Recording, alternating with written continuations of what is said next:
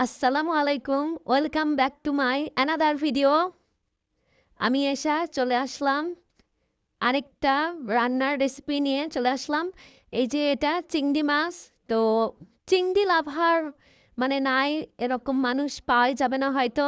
অনেকে আবার অ্যালার্জির জন্য খেতে পারে না, অনেক প্রিয় বাট অ্যালার্জির প্রবলেম এজন্য খেতে পারে না।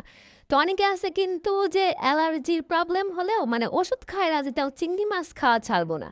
তো যাই হোক, কথা না বাড়িয়ে শুরু করে দিলাম। এই তো এখানে মাছ আমি কেটে ধুয়ে নিছি, তারপর তেল দিয়ে দিছি কড়াইয়ে। তেল গরম হলেই এই যে আমি এখানে পেঁয়াজ কাঁচামরিচ ভেজে নিচ্ছি। আর দেখবেন আমি কিন্তু পানি আগেই দিব না। চিংড়ি মাছ রান্না কিন্তু অন্য সব মাছের মতো না, একটু ভিন্ন আর কি। আর এত সহজ রেসিপি, লবণ দিয়ে দেওয়া হয়েছে, তারপরে এই যে মাছ দিয়ে দিচ্ছি। আর এখানে আমি 4 পিস মাছ নিছি। আর আমি তো আমার ভিডিও যারা দেখে তারা তো বুঝতেই পারে আমি সব কিছু কম কম রান্না করি আর কি। কম জিনিস আর কি। তো এই তো এখানে 4 পিস মাছের জন্য আমি পেঁয়াজ নিয়েছিলাম 2টা। সব কিছু আর জিনিসের যেই দাম, অল্প অল্প করেই আর কি। হ্যাঁ, দেওয়া হয়, টেস্ট হয় আর কি। বেশি মশলা দিলে যে টেস্ট হয় আর একদম মশলা কম দিলে টেস্ট হয় না, এটা ভুল। এই যে মাছ ভেজে নেওয়ার পর এখানে ঝিঙা নেওয়া হয়েছে। আমি ছোট ছোট 4টা ঝিঙা দিছি, কারণ ঝিঙাটা হলো কেমন গলে যায়, এজন্য ছোট ছোট 4টা দিছি। এখানে বেশি মনে হচ্ছে কিন্তু দেখবেন একটু পরে এর ঝিঙা থেকে পানি বের হয়ে কত কুমার একদম কমে যাবে। আর এখানে এই যে গুঁড়া মশলা দেওয়া হচ্ছে, হলুদের গুঁড়া। আমি কিন্তু এখনো বাটা মশলা এখানে দেই নাই। আর জালটা কিন্তু একদমই লো হিটে, একদম হাই হিটে জাল রাখলে কিন্তু মাছ দেওয়ার সাথে সাথে পেঁয়াজও পুড়ে যেত, তারপর মাছও পুড়ে যেত, আর আমি এভাবে নাড়তেই পারতাম না পানি ছাড়া। এই জন্য এখানে জালটা একদম লোর থেকে একটু, এই যে দেখেই তো বুঝতে পারতেছেন যে আমি কতটা আস্তে রাখছি। মিডিয়াম, মিডিয়ামের থেকে একটু কম। এখানে এই যে হলুদের গুঁড়া দেওয়া হয়েছে, এখানে মরিচের গুঁড়া অ্যাড করে দিচ্ছি। আর দেখেন আস্তে আস্তে কিন্তু ঝিঙা থেকে পানি বের হচ্ছে। এই পানি দিয়েই মোটামুটি মানে এটা ঝিঙা ভাজাও হয়ে যাচ্ছে তেলে, আবার মাছটাও কিন্তু দেখেন মাছটা ভাজা প্রায় হয়ে গেছে। আর চিংড়ি মাছ কিন্তু রান্না করতে বেশি টাইম লাগে না, আর তেলেও বেশি ভাজতে হয় না। ভাজলে কিন্তু চিংড়ি মাছ শক্ত হয়ে যায়, বেশি শক্ত হয়ে যায় আর কি। আর বেশি শক্ত হইলে তখন খেতে কিন্তু ভালো লাগে না। এই যে আর এখানে আমি কিন্তু বাটার পরিমাণটা বলি না, যে আমি আমার কোনো ভিডিওতেই বলি না যে এই চামিচ দিবেন বা এত ইয়ে, কারণ 4 পিস আমি রান্না করতেছি। অন্য কেউ তো এর থেকে ডাবল রান্না করতে পারে, আবার 2 পিস রান্না করতে পারে। তো এখানে আমি জিরার বাটা দিলাম, আদা বাটা, রসুন বাটা, এই যে অল্প অল্প করে। তারপর একটু পানি দিয়ে দেওয়া হলো, কারণ তেলে ওখানে আবার পুড়ে যায়, আর মশলা যদি পুড়ে যায় তাহলে কিন্তু তরকারি খেতে ভালো লাগে না। যত ভালো করে রান্না করেন, মশলা ধরে গেলে সেটা কিন্তু আর গন্ধ আসে, সেই গন্ধটাতেই টেস্টটাই নষ্ট হয়ে যায়। কালার কি সুন্দর আসছে দেখেন। এটাতে আমি পানি দিয়েছি, আরেকবার কিন্তু পানি অ্যাড করব।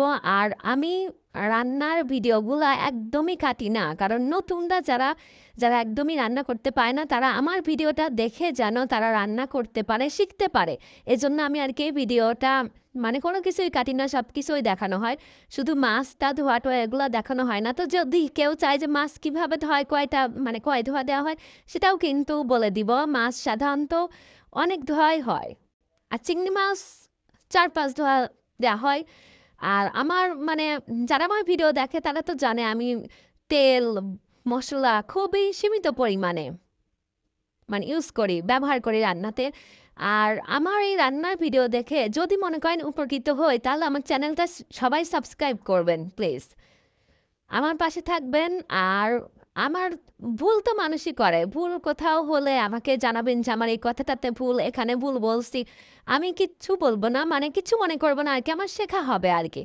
আর আপনারাও কিভাবে আমার এই রান্নাতে কি আমি অ্যাড করছি কিনা। ধনিয়া গুঁড়াটা আমি খাওয়া হয় না।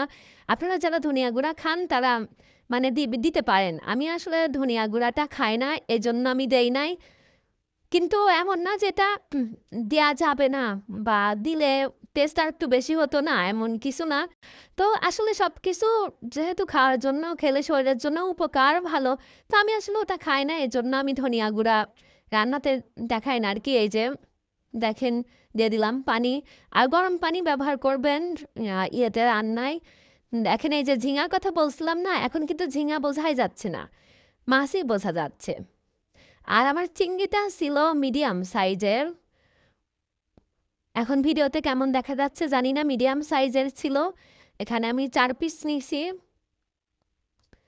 আর চিংড়ি লাভার কে কে আছেন আমার এই চ্যানেলে আমাকে জানাবেন। দেখেন এই যে আরেকটা কথা, পানি এখানে তো এই যে ফুটতেছে, ঢাকা দিতে হবে, তো ঢাকা দেই নাই, আপনাদের দেখাচ্ছি। আর সবুজ রঙের তরকারি, সবজি জাতীয় জিনিস ঢেকে রান্না করলে তরকারির মানে সবজি যে যে কালারটা সবুজ, এটা নষ্ট হয়ে যায়। এই জন্য যতটা পারবেন সবজি জাতীয় জিনিস, যেমন ঝিঙা, তারপর পুল্লা, সেম পুল্লাটা আসলে এক এক জেলায় এক একটা বলে, আমরা পুল্লাও বলি, ধুমিও বলি। ঝিঙা, সবুজ শাক সবজি, ব্রকলি, এগুলা সিদ্ধ মানে ঢাকা দিয়ে রান্না করলে এগুলার কালার নষ্ট হয়ে যায়।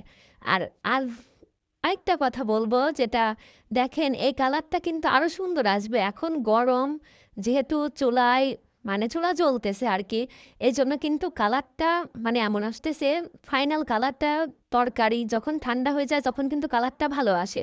আমরা যারা রান্না করি এটা সবাই জানে, আর যারা জানেন না খেয়াল করবেন, রান্না যখন চুলাতে থাকবে একদম নামানোর আগেও কিন্তু কালারটা চেঞ্জ থাকে, কিন্তু যখন ঠান্ডা হয়ে যায় তখন কালারটা একদম মানে রান্নার যে কালার সুন্দর আসে আর কি। আমি মানে কিভাবে বোঝাবো, বোঝানোর ট্রাই করছি আর কি। আমার চ্যানেল তো সবাই সাবস্ক্রাইব করবেন প্লিজ। আর দেখেন এই যে এখনো মানে চুলা একদম মৃদু আছে রাখছি, এখনো ফাইনাল লুক আসে নাই। আমার চ্যানেলটা সবাই সাবস্ক্রাইব করবেন, বেশি বেশি কমেন্ট করবেন, লাইক করবেন, লাইক দিবেন আর শেয়ার করবেন। আমার চ্যানেলে কি যেন হয়েছে, ভিউ উঠতে চায় না। আর মানে কপি ক্লেমড হয়েছে মনে হয়। এই যে দেখেন ফাইনাল লুকটা, ফাইনাল লুক কি সুন্দর, আমি বললাম না এটা ঠান্ডা হওয়ার পরে এই যে এই কালারটা আসছে, অথচ আগে কিন্তু যখন নামালাম তখন কিন্তু এই কালারটা মানে বোঝা যাচ্ছিল না, ফ্যাকাশে। আর আমি কিন্তু লবণ টেস্ট করে করি, এটা দেখাই না, আবার কেউ ভাববে না যে লবণ ওই যে দিল পেঁয়াজের উপর, আর তো লবণই দিল না, না, এখানে লবণ দেওয়া হয়েছে আর টালা জিরার গুঁড়া। আপনারা এটা আমি রান্না কষানোর সময়, মাছ কষানোর সময় দেই, আবার শেষে নামানোর আগেও। তো যেহেতু জিরা বাটা দিছি, আর চিংড়ি মাছ মাছে বেশি মশলা দেওয়াটা আমি প্রেফার করি না। আমি দেখতেই পারতেছেন মানে পারছেন, এর আগে আমি কিন্তু একদম অল্প মশলা দিয়ে এই রেসিপিটা করলাম। ভালো থাকবেন সবাই, আল্লাহ হাফেজ।